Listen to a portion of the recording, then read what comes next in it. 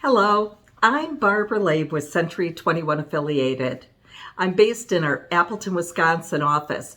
You can always connect with me on www.connectwithbarb.com or give me a call at 920-585-5400. If you're interested in finding out what your home is worth today, I'd be happy to do a free market analysis for you. Also, if you have any questions about real estate or about any of my reports, I'm always happy to answer those questions. Today, I am going to talk about our national real estate market trends. Now, as you know, if you've been out there buying or if you're in a selling position, you know our market is very robust. Ivy Zellman from the Z Report states it like this. This month, our broker contacts reported a continuation of robust demand and intense competition from buyers to win houses. With bidding wars, all-cash offers, waiving contingencies, and rent-free leasebacks are becoming increasingly common in many of the markets throughout the country. Our lack of available inventory is causing this robust demand for homes and intense competition to get those homes. Why is this happening? First off, which is very logical, we don't have the sellers that we need in the market today. We have very weak seller traffic, but very strong buyer traffic. This really underscores the reality across the country, no matter where you're at. Largely, we're seeing less sellers and more buyers in every area of the country. Realtor.com said this wild, wild west environment, buyers are doing anything they can to stand out, and more all cash offers do just that, and can be the difference between getting that dream home or winding up empty-handed again. Buyer fatigue is starting to set in. The buyers are frustrated right now because they can't find the home or they've been outbid, sometimes many times. But whatever that case may be, the buyers are becoming tired. Their offers may be declined because of an all-cash offer, and we know a lot of that is happening. And this is happening across the country. If we look at inventory, we know across the country that inventory has been depleted. We saw the low in December of last year and in January of this past year. April proved through NAR to only have a 2.4 month average of inventory available across the entire country. We want to see the inventory rise. It's going to make for a more stable market. Buyers will be able to get homes. Sellers have no problem selling right now, but the buyers might start dropping out because they're tired. We're in this situation because of a lack of inventory. The lack of construction has put us here. There was not a lot being built the last couple of years, and now we're tight. What does this all mean? What does it mean for those buying a home? The price of a home is going up. The March year-over-year home price appreciation numbers have just come out.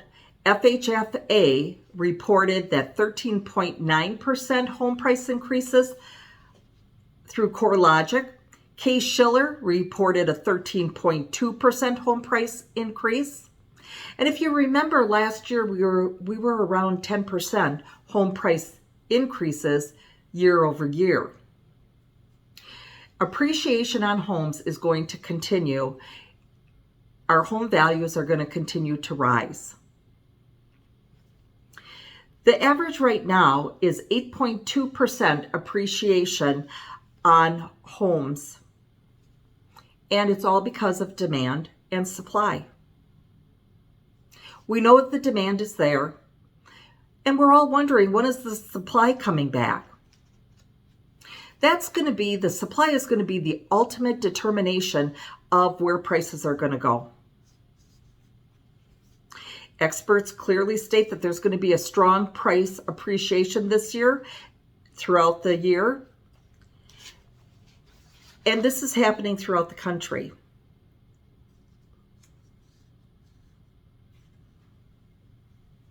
We're going to continue watching this appreciation and buyers' demand and inventory throughout this year.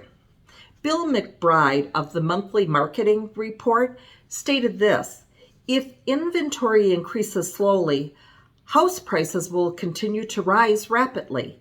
And if inventory rises sharply, house prices will slowly inch up. But it won't be that huge demand of increases of prices.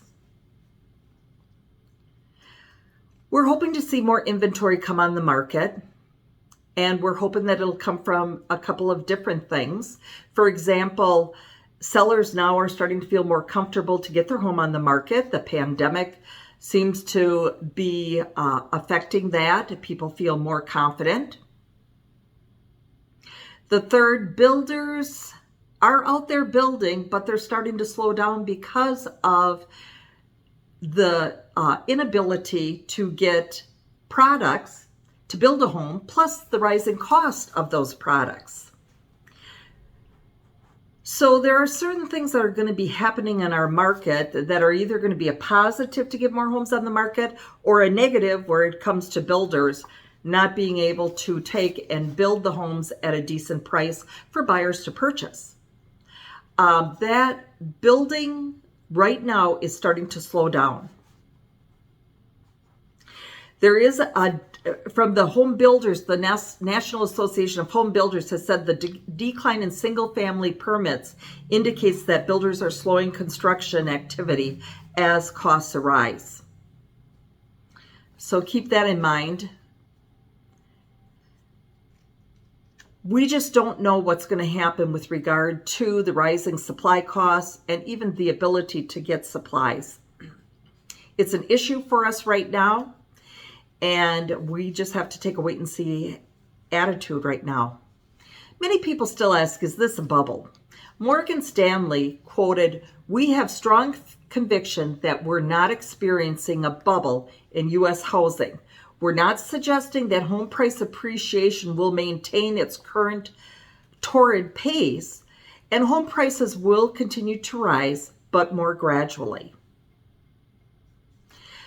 We also want to make sure that we make a balance between home affordability and housing affordability. There is a distinction between those. Affordable housing oftentimes references the number of homes on the lower end of a market that are available for purchase. Housing affordability refers to how strong and how powerful the dollar is relative to what someone can buy.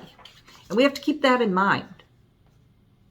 Mark Fleming from First American stated, housing affordability on a year-over-year basis declined in March of 2021 for the first time since January 2019.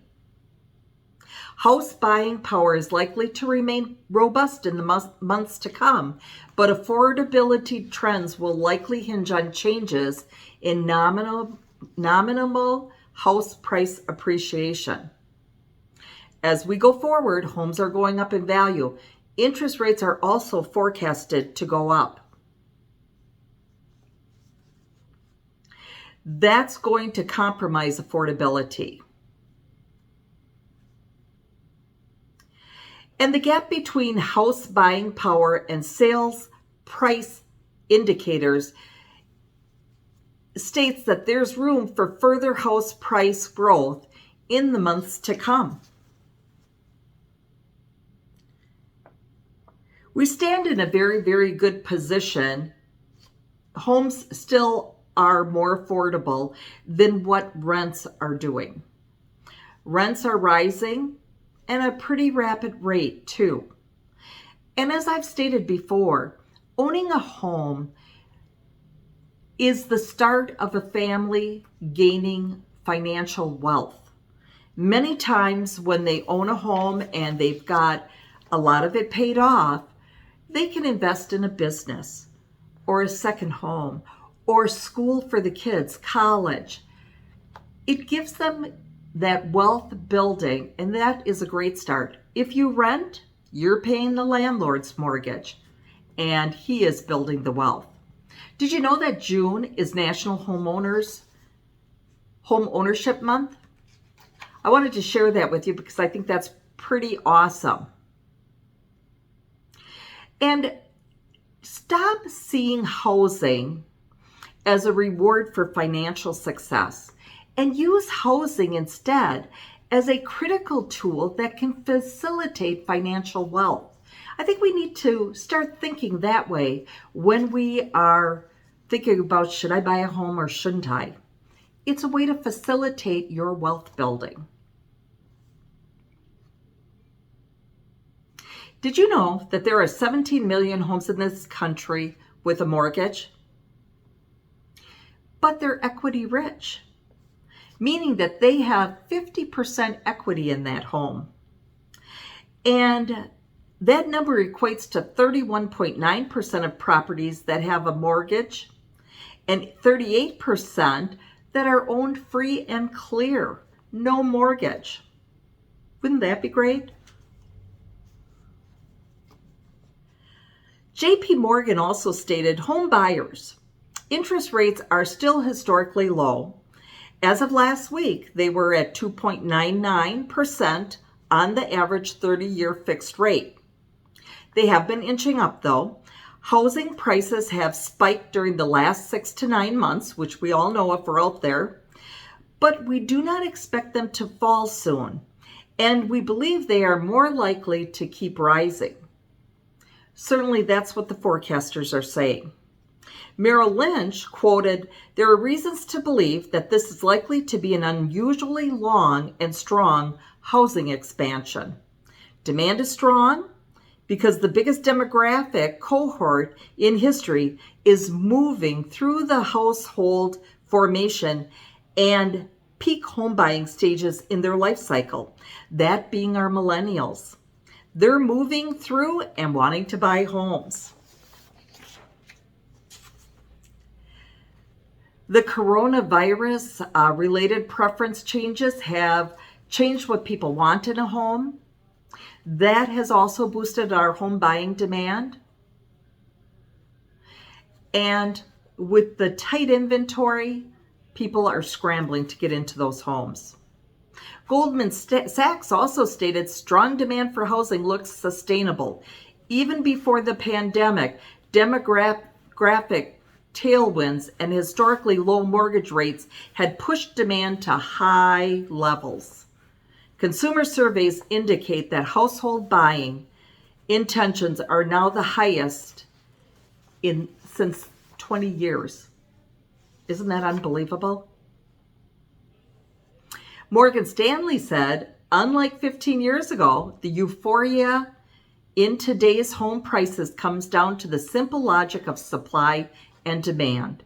We at Morgan Stanley conclude that this time the sector is on a sustainable, sturdy foundation.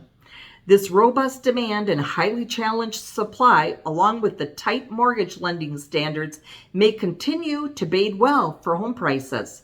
Higher interest rates and post-pandemic moves could likely slow the pace of appreciation, but the upward trajectory remains very much on course. So if you think home prices are going down and you're going to wait for a year or two, that might not be the case. I want to remind you also that the summer home buying booklets are out. If you want a copy, please just text me.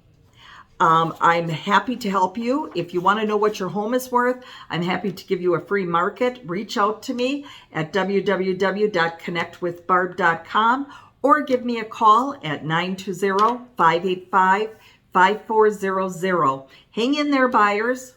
I know it's tough going, but your home is out there for you. Sellers, enjoy this wonderful ride. If you're selling, good for you.